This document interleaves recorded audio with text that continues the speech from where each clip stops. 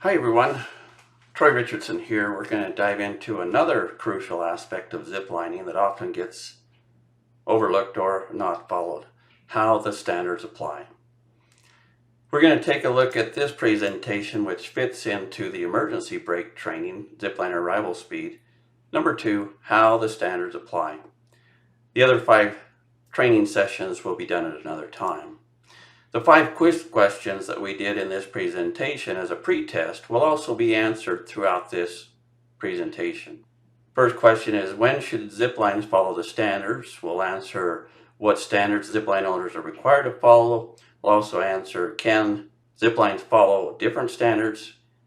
We'll also look at the 2024 ASTM F2959 standard, and we'll look at why ziplines should have spring systems or spring brakes. Let's move on. So let's answer this first question.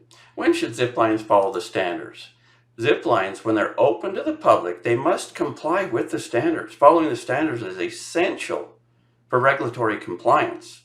Adhering to the standards is necessary for some state laws. And even if you're a non-profit zipline, you must follow the standards if you're open to the public. What standards are zipline owners required to follow? Well, they are required to follow the regulatory standards and laws for their jurisdiction.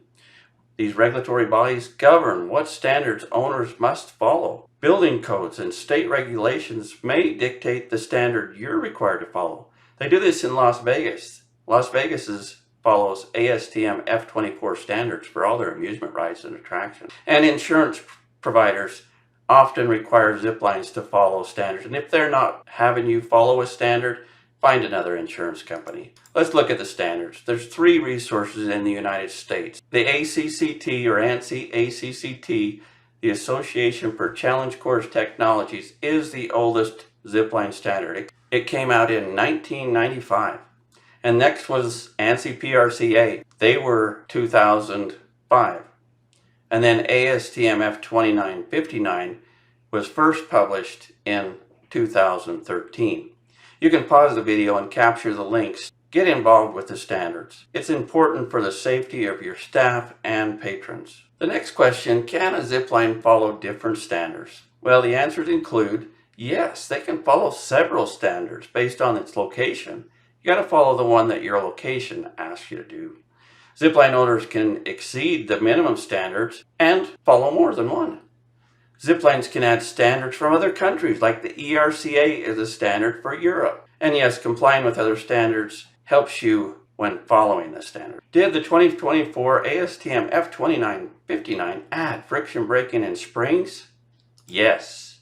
ASTM published friction braking in springs in the 2024 standard. Friction braking and springs have safer stops on ziplines. F2959 eliminated gravity and hand braking options. They are not safe. Gravity braking is an oxymoron because gravity is an acceleration straight down. Friction braking trolleys and spring arrays have safer stopping mechanisms, and they've done so for over 22 years. Last question.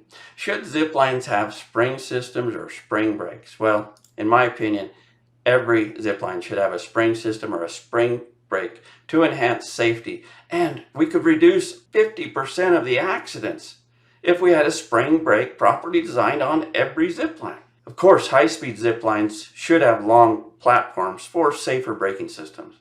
And owners catering to inexperienced zipliners should consider incorporating a spring system safety measure because it resets itself.